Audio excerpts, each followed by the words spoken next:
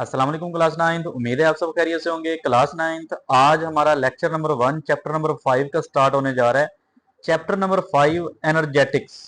क्या होती है एनर्जेटिक्स, इसको हम डिटेल में इस चैप्टर के अंदर सीखेंगे। आपने इस लेक्चर के अंदर आज मेन टर्मिनोलॉजीज जो कि इस पूरे चैप्टर के अंदर थ्रू आउट इस्तेमाल होंगी वो सीखनी है। लिहाजा आपने ये लेक्चर ए टू जी मुकम्मल तौर पर सुनना भी है और उसके अलावा इसको अपने नोटबुक्स के ऊपर नोट भी कर लेना है ताकि आप इसको फ्यूचर में यूज कर सकें। तो चलें जी स्टार्ट करते हैं। सबसे पहले बेटा आज के लेक्चर का नाम मैंने जो हेडिंग दी है वो है इंट्रोडक्शन। क्या है बच्चों? इंट्रोडक्शन। इंट्रोडक्शन में सबसे पहली जो टर्म हम सीखने जा रहे हैं ना वो है thermodynamics.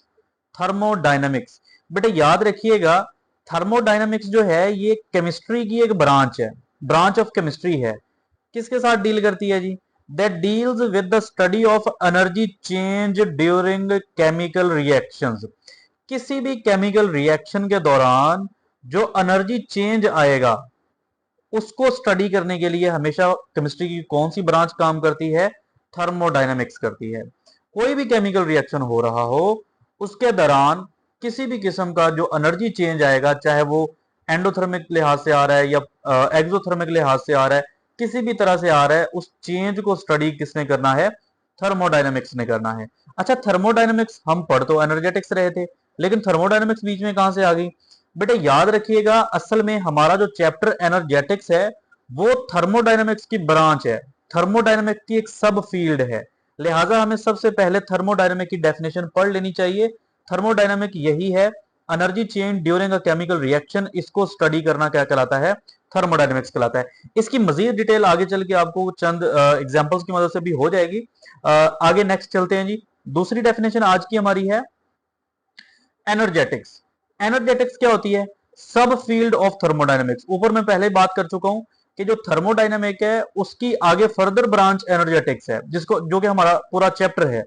The sub field of thermodynamics that deals with flow of heat. यहां पर हमने किसको स्टडी करना है जी? Flow of heat. किसके दौरान? एक केमिकल रिएक्शन के दौरान।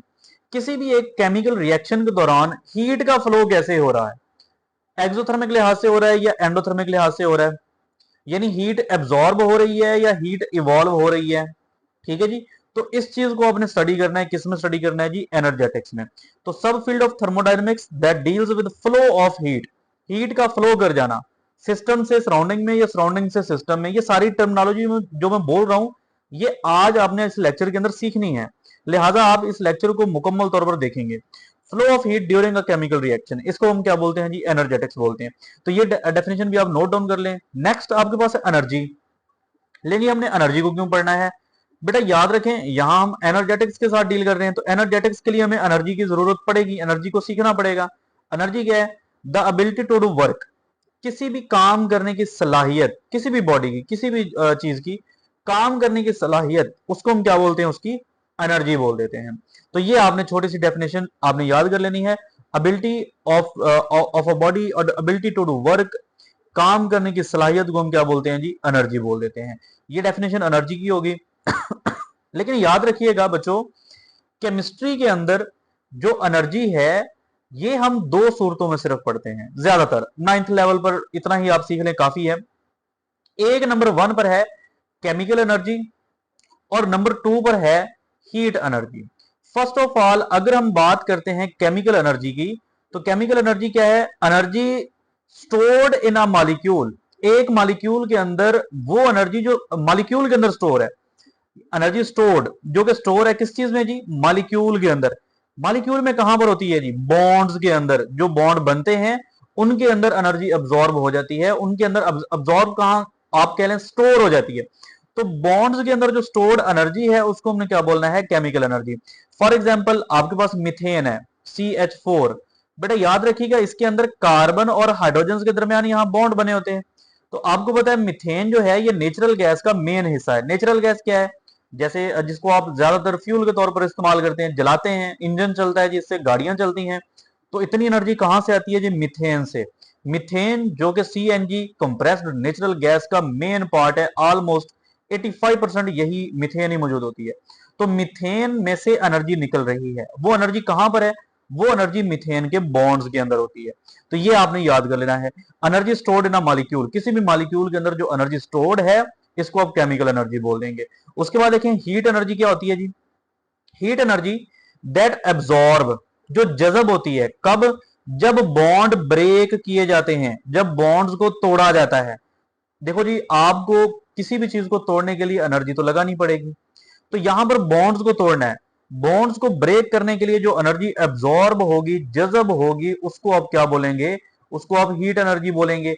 उसके बाद कभी कभार ये इवॉल्व भी होती है, खारिज भी होती है। तो देखें, जैसे बॉन्ड को ब्रेक करने के लिए एब्जॉर्ब हो रही है, उसी तरह से बॉन्ड्स को बनाते हुए ये क्या होगी, खारिज भी होगी। तो ये आपने दो चीजें उल्ट याद कर लेनी है, यानी जज़ब होती है जब बॉन्ड ब्रेक हो, और खारिज होती है जब बॉन्ड बने। तो ये बेटा आज की कुछ टर्मिनोलॉजीज हैं जिनको हम सीख रहे हैं वन बाय वन। आगे चल के हमें दो तीन टर्मिनोलॉजीज और सीखनी है, लेकिन उन टर्म्स से पहले हमें एक छोटी सी एग्जांपल करनी है, इसको आपने अच्छी तरह से नोट डाउन कर लेना है। तो आइए जरा देखते हैं। बेटा आपके पास यहाँ पर कुछ मैंने एक्सप्लेनेशन विद डायग्राम के नाम से एक छोटी सी हेडिंग दी है। ये थोड़ी सी एक्सप्लेनेशन आपने अच्छी तरह से सीख लेनी है, कुछ टर्मिनोलॉजीज आपको सीखने में मदद देंगी ये डायग्राम्स। बेटा सबसे पहले देखें, मैंने यहाँ पर एक छोटी सी डायग्राम बनाई है, इसको जरा गौर करें। तो यहाँ पर एक बर्नर मौजूद है, यहाँ पर एक स्टैंड रखा हुआ है, इस स्टैंड के ऊपर एक बीकर है, और बीकर के अंदर हमने क्या डाला है, वाटर डाल दिया है। ये वाटर जिसको हम इस वक्त स्टडी कर रहे हैं, हमने पढ़ना है, हमने इसके नीचे आग जला रखी है। आग की वजह से इस वाटर का जो टेम्परेचर है वो राइज कर रहा है, वो टेम्परेचर बढ़ना शुरू हुआ। टेम्परेचर बढ़ने की वजह से ये पानी ने उबलना शुरू कर दिया। हम इसके पास कहीं बैठे हैं और हम इसको पढ़ रहे हैं, हम इसको स्टडी कर रहे हैं, हम देख रहे हैं कि ये पानी कैसे उबलता है। तो बेटा याद रखिएगा, अब ये पानी इस वक्त हमारी अंडर ऑब्जर्वेशन है, इसको हम क्या कर रहे हैं, इसको हम स्टडी कर रहे हैं। तो याद रखिएगा, ये पानी इस वक्त हमारा क्या बन गया, सिस्टम बन गया। याद रखिएगा, ये टर्म आपने याद कर लेनी है। कोई भी यूनिवर्स का पार्ट जो हमारी अंडर ऑब्जर्वेशन आ जाए, जिसको हम स्टडी कर रहे हो, वो पार्ट कहलाता है सिस्टम। उसके इर्द गिर्द मौजूद हर चीज क्या कहलाएगी, सराउंडिंग। उसके इर्द गिर्द, जैसे फॉर एग्जांपल यहाँ बीकर है, ये भी सराउंडिंग है, स्टैंड है, बर्नर है, हम है, हवा है, पानी है, मट्टी है, जो भी इधर उधर मौजूद है, पानी जो कि इसके अंदर मौजूद है, ये तो सिस्टम है डेफिनेटली। मैं बाहर की बात कर रहा हूं, यानी इसके आउटसाइड कुछ भी मौजूद है तो वो क्या है, सराउंडिंग है। तो सिस्टम वो पार्ट होता है जिसको हम स्टडी कर रहे होते हैं। सराउंडिंग अदर देन सिस्टम जितना भी पार्ट है वो सराउंडिंग कहलाता है। अब आइए देखते हैं नीचे वाली एक टर्म, इसको भी हमने सीखना है, लेकिन उससे पहले चले एक डायग्राम हमने एक्सप्लेन की है, तो उसके मुताबिक हम दो डेफिनेशंस भी कर लेते हैं, फिर हम नीचे वाली डायग्राम भी एक्सप्लेन कर देंगे। हाँ जी, सिस्टम को क्या कहते हैं जी, एनी फिजिकल और chemical change under study, under observation. कोई भी केमिकल हो चाहे फिजिकल हो, जिसको हम पढ़ रहे हैं, कोई भी चेंज आ रहा है उसको हम पढ़ रहे हैं, ऑब्जर्व कर रहे हैं। जैसे वहां पर हमने देखा टेम्परेचर चेंज आ रहा था, तो वो एक फिजिकल चेंज है।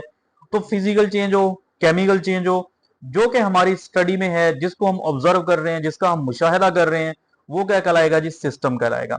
तो फिर सराउंडिंग क्या है जी, एनीथिंग अदर देन सिस्टम। कोई भी चीज जो सिस्टम के अलावा है जी, वो क्या कहलाएगी, सराउंडिंग कहलाएगी। चले यहां तक होगी बात। Anything other than system is called surrounding. अब चलते हैं नेक्स्ट। बेटा जी आपके पास यहां पर ये दोनों टर्म्स, ये दोनों चीजें जिनको हम इस वक्त देख रहे हैं, ये दोनों की दोनों डायग्राम्स, इनमें अगर आप मुशाहिदा करें तो आपके पास एक तो हमने ये पूरा एक्सप्लेन किया, इसको तो आपको पता ही होगा डेफिनेटली। यहां पर बाहर सारा हिस्सा क्या है, सराउंडिंग, ठीक है जी। और ये वाटर क्या है, ये वाटर है जी सिस्टम। तो बेटा अगर मेरा सवाल हो आपसे कि इस वक्त हीट सराउंडिंग से सिस्टम में है या सिस्टम से सराउंडिंग में है, तो आप डेफिनेटली कहेंगे कि सर यहां पर सराउंडिंग ये सारी है, और सिस्टम में इस वक्त हीट जो है वो सराउंडिंग से सिस्टम की तरफ हीट जा रही है। हीट क्या कर रही है, सिस्टम की तरफ जा रही है, कहां से, सराउंडिंग से। तो सराउंडिंग से हीट जब सिस्टम की तरफ जाती है, एब्जॉर्ब होती है, तो इसको हम बोलते हैं एंडोथर्मिक। क्या बोलते हैं जी, एंडो मतलब एंटर करना, सिस्टम में हीट एंटर कर रही है, और इसको आप हमेशा पॉजिटिव साइन के साथ लिखते हैं। मैं ये ऊपर जाके आपको दोबारा से एक्सप्लेन करूंगा। तो सराउंडिंग से अगर हीट सिस्टम की तरफ जाती है तो ये एंडोथर्मिक रिएक्शन है। लेकिन नीचे वाली जरा एग्जांपल देखें, इसमें हमने एक टेबल लगाया, उसके ऊपर गर्मा गर्म हॉट कप ऑफ टी रखा जी, बहुत ही गर्म है, पीने का दिल कर रहा है तो पी भी सकते हैं जी। और इस हॉट कप ऑफ टी को हमने कुछ देर के लिए रख दिया, नो नो, ये तो ज्यादती है जी। चाय को रखना नहीं चाहिए, चाय को फौरी पी लेना चाहिए।